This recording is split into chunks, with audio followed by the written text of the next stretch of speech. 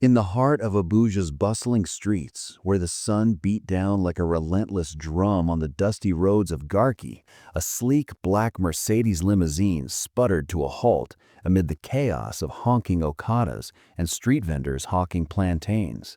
Inside, a mother's anguished sobs pierced the air as her daughter, confined to a wheelchair, gripped the armrests with trembling hands, her once vibrant legs now lifeless from a tragic accident years ago. And then, from the shadows of a ramshackle garage, emerged a man in oil-stained overalls, his calloused hands reaching out not for payment, but for a miracle that would shatter lives and rebuild them in ways no one could foresee. If you're loving this tale of destiny and kindness, hit that subscribe button right now and tap the bell icon so you never miss another heart-stirring story from our channel. Your support keeps these epic narratives alive. Let's dive in together. In the sweltering heat of Abuja, where the Harmattan winds whispered secrets through the acacia trees lining the wide boulevards, and the call to prayer echoed from distant minarets, blending with the rhythmic beats of Afrobeat music from roadside radios, lived a man named Chidi Okoro.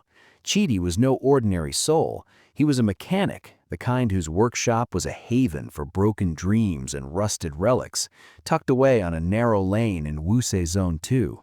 His garage was a chaotic symphony of clanging tools, the sharp tang of engine oil mixing with the earthy scent of red dust kicked up by passing vehicles. Surrounded by the vibrant hum of market women and colorful rappers bargaining over heaps of fresh yams and okra, and tailors peddling ancient sewing machines under zinc roofs, Chidi's life was a tapestry woven with threads of unyielding hardship and quiet resilience. At 45, Chidi had endured more sorrow than most men his age. 5 years earlier, he had buried his beloved wife, Neka, in a senseless road accident that left him shattered, like a cracked engine block beyond repair. Neka had been his anchor, a woman with a laugh that could chase away the darkest clouds, her hands skilled at weaving baskets sold at the local market to supplement their meager income. The accident happened on a stormy evening. She was crossing the busy Amadu Bello Way to buy gari for their evening meal when a speeding truck from a wealthy convoy struck her down. The driver, a faceless shadow in the rain, had fled into the night, leaving Chidi to cradle her lifeless body on the wet asphalt, his cries drowned out by the thunder. Now he raised their son, Emeka, alone. Emeka, 22 and full of fire, working odd jobs as a delivery rider on his battered motorcycle, dreaming of studying engineering at the University of Abuja, but chained by the iron grip of poverty. Chidi's days blurred into one another like the oil smears on his workbench, a relentless cycle that began before the first light of dawn pierced the horizon. He'd rise in his cramped one-room apartment behind the garage, the air thick with the aroma of fresh akara frying from neighboring stalls, teasing his empty stomach as he skipped breakfast to save coins. His hands, scarred and calloused from years of wrestling with stubborn bolts and frayed wires, could coax life back into the most hopeless engines. But it wasn't just machines he fixed, it was the souls around him. Neighbors knew him as the quiet giant with a heart as vast as the Niger River flowing through the nation's veins.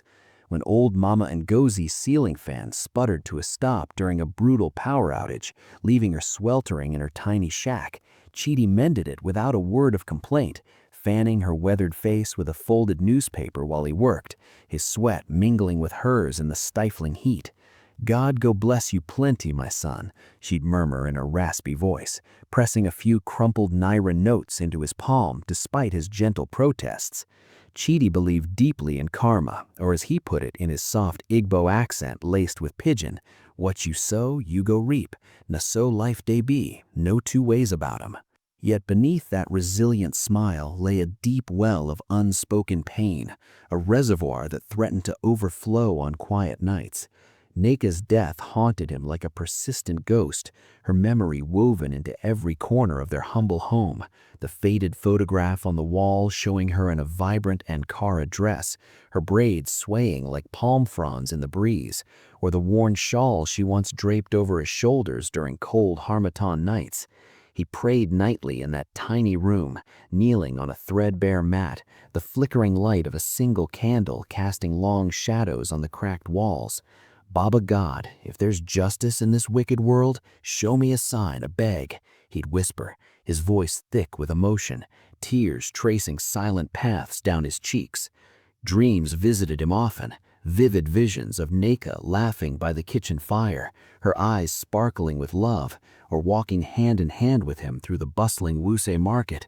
But waking brought the harsh grind, bills piling up like uncollected trash in the gutters, and Meka's quiet resentment simmering like a pot about to boil over, and the gnawing fear that all his kindness couldn't put food on the table or chase away the creditors knocking at his door. Emeka, with his youthful energy and sharp mind, often clashed with his father over their circumstances. "Papa, why you dey always fix things for free? We no fit chop kindness," he'd argue one evening as they shared a simple meal of eba and a goosey soup under the dim glow of a kerosene lamp. Chidi would sigh, his eyes distant. "My boy, one day you go understand. Kindness na seed. It go grow and come back home bigger than you plant him." But Emeka, frustrated by the endless cycle of want, would storm out, revving his bike into the night, delivering parcels to affluent homes in Maitama, where lights blazed eternally and poverty was a distant rumor. One fateful afternoon, as the sun dipped low over the Aso Rik hills, painting the sky in fiery hues of orange and gold that reflected off the glass skyscrapers downtown, a luxurious Mercedes pulled up outside Chidi's garage with a desperate cough and a wheeze. Thick smoke billowed from the hood like an angry juju spirit unleashed. Out stepped a driver in a crisp white uniform, his face etched with frustration and sweat beading on his brow. "Oga mechanic, this car done spoil bad. We dey rush to hospital. Madame and her picking inside, a beg." Chidi wiped his grease-streaked hands on a tattered rag and approached the vehicle, his sturdy frame casting a long shadow. Through the tinted windows, he glimpsed a woman in elegant lace attire, her face lined with deep worry, holding the hand of a young woman seated in a sophisticated wheelchair beside her. The daughter, Aurora Alabi, was 25, her striking beauty, high beakons framed by neatly braided hair, undimmed by the paralysis that had claimed her legs in a horrific car crash a decade ago. Her mother, Chief Mrs. Ezine Alabi, was a billionaire philanthropist whose empire spanned oil rigs in the Delta and towering real estate developments across Abuja. Yet all her wealth couldn't mend the broken pieces of her daughter's body or her own fractured heart. "Make you not calm down, small," Chidi said gently, his voice a soothing baritone that cut through the panic like a cool breeze. "Oga, I go check him now." He popped the hood with practiced ease, his expert eyes scanning the intricate engine like a healer diagnosing an ailment. A faulty alternator, he determined quickly, complicated by overheating from the city's notorious gridlock traffic. As he worked, tools clinking rhythmically, he overheard the mother's hushed, tearful pleas through the open window. "Aurora, my precious jewel, hold on. We'll find a way. That specialist in London promised new therapies. We just need to get there." Adora's eyes, deep pools of quiet defiance mixed with hidden sorrow, met Chidi's through the glass. Something stirred in him, a paternal ache perhaps, or the echo of his own losses. He fixed the car in record time, replacing the part with a spare from his cluttered shelves, the engine purring back to life like a contented lion. When the driver offered payment, Chidi shook his head firmly. "No wahala, my brother. Just pray for my family as I dey pray for yours. Safe journey, I beg." Ezine, stepping out to thank him, insisted on giving him a generous tip, her manicured hands pressing a wad of notes toward him. But Chidi refused with a warm smile. "Kindness no dey cost money, madame. Go in peace." As the Mercedes glided away, leaving a trail of dust in its wake, Chidi felt a strange pull in his chest, like the invisible thread of destiny tightening around his fate. Little did he know, this was no chance encounter. It was the spark that would ignite a firestorm of revelations and rewards. Weeks turned into a blur of routine for Chidi. More engines to mend, more neighbors to help. But the Mercedes returned one scorching midday, this time not by accident, but by design. Ezine had heard whispers of Chidi's reputation from her driver, a man who fixed not just cars, but lives, with an ingenuity born of necessity. Adora's wheelchair, an imported marvel of technology from Germany, had malfunctioned yet again, its motorized system glitchy and unreliable in Abuja's dusty, pothole-riddled terrain. High-end specialists in the city charged exorbitant fees for temporary fixes, leaving Ezine desperate for a lasting solution. "Mr. Chidi," Ezine said, alighting from the car with Adora in tow, her voice trembling slightly under the weight of hope. "My daughter needs your help. Can you look at this chair? It's more than a machine, you see. It's her legs. Without it working properly, she's trapped." Chidi knelt before the wheelchair, his rough hands gentle as he examined the intricate wiring and hydraulics, the scent of polished leather and metal filling his nostrils. Adora watched him intently, her voice soft but laced with skepticism. "You don't have to do this, sir. It's complicated tech, not like a car engine." He looked up, his eyes twinkling with determination. "Ah, my sister, nothing too complicated for God and a good Nigerian hack. Make we see waitin' we fit do." Over the next several days, Chidi poured his soul into the task, transforming his garage into a makeshift laboratory. He scavenged parts from junked electric scooters abandoned in nearby lots, rigged a solar-powered booster using old smartphone batteries he'd salvaged from e-waste dumps, and improvised a stability system with reinforced bicycle chains and durable rubber strips cut from discarded truck tires. He worked late into the nights, the garage illuminated by a single bulb swinging overhead, Emeka assisting reluctantly at first, handing tools and learning the craft. As he tested prototypes, Chidi shared bits of his wisdom with Adora, who visited daily. "Life na like this chair. Sometimes it spoil, but with patience and faith, you fit mend 'em."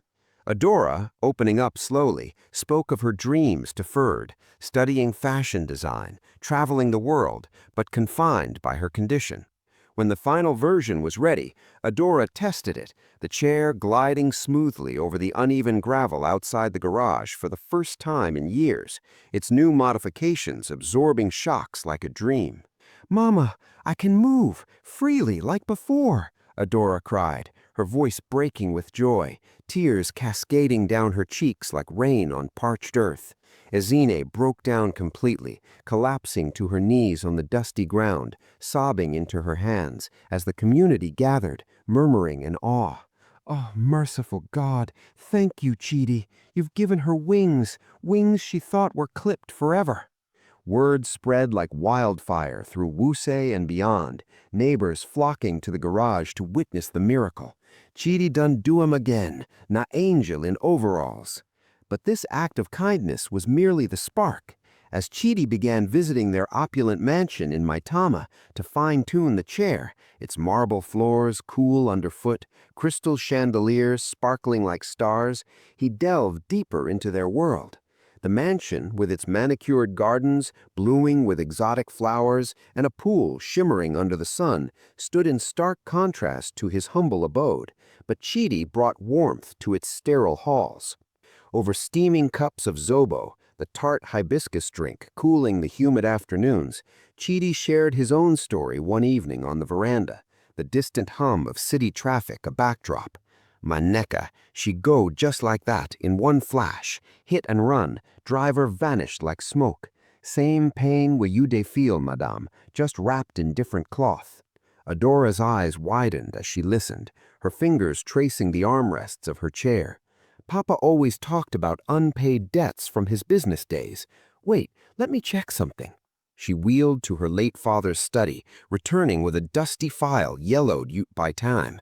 As Chidi read the documents under the soft glow of a lamp, his world tilted on its axis.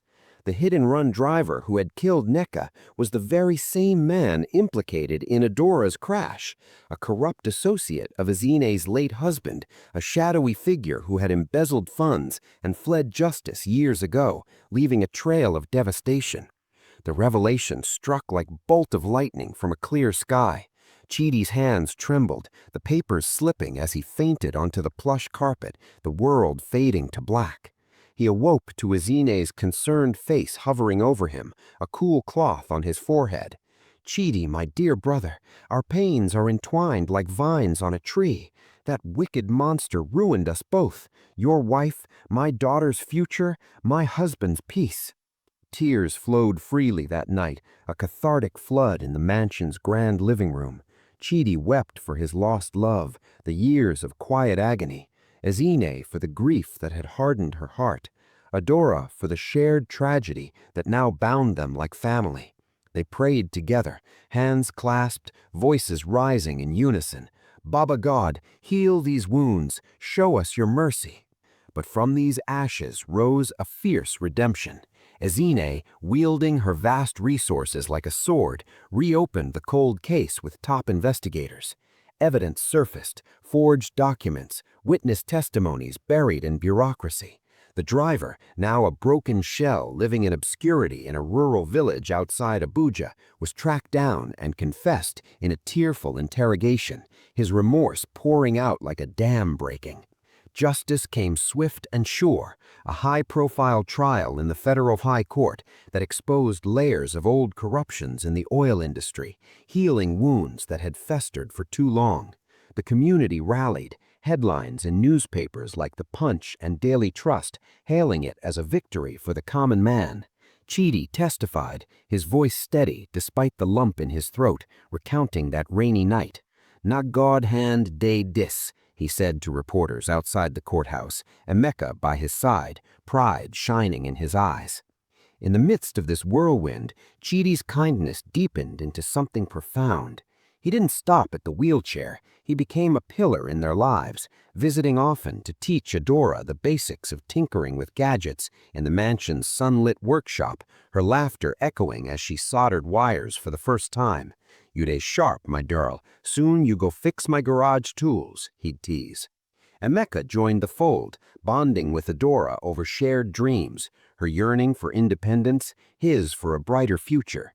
They'd sit under the stars on the mansion's rooftop terrace, discussing everything from Nigerian politics to the latest Nollywood films, a sibling-like connection forming before they knew the truth. Months passed, and the whispers of miracles evolved into community legends.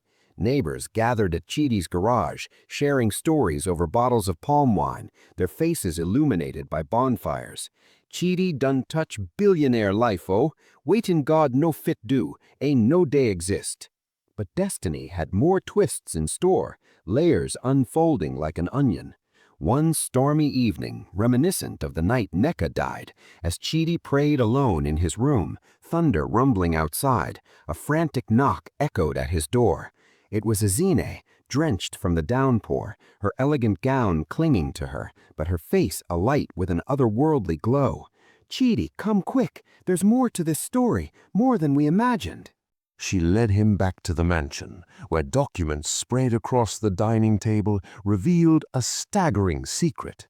Ezine's late husband, in his younger days, had fathered a child in a secret affair during a business trip to the East, a son lost to the system after a bitter family feud and adoption mishandling. The birth records, DNA hints from ancestry tests Ezine had quietly pursued, they all pointed to Emeka.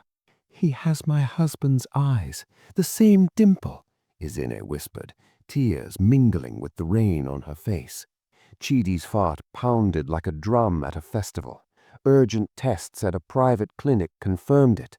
Emeka was Ezine's stepson, Adaora's half-brother, separated by tragedy and time. The reunion was nothing short of biblical.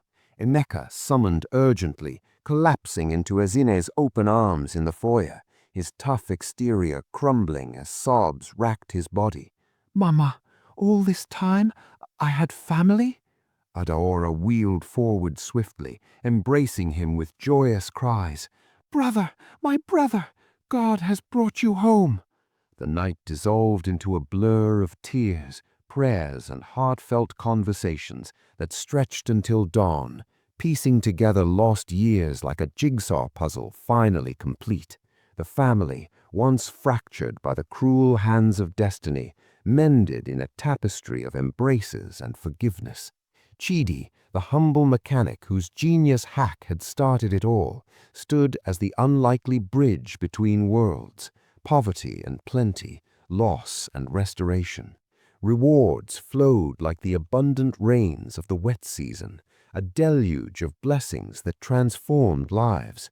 Ezine, her gratitude boundless, gifted Chidi a chain of state-of-the-art garages across Abuja, from Garki to Asokoro, equipped with the latest tools and staffed by eager apprentices from the community. Your kindness saved my daughter, healed our family. Now let me save your dreams, my brother, she said, handing him the deeds in a ceremony attended by local chiefs and media. Chidi's humble workshop blossomed into an empire, employing hundreds and lifting entire families from the clutches of poverty.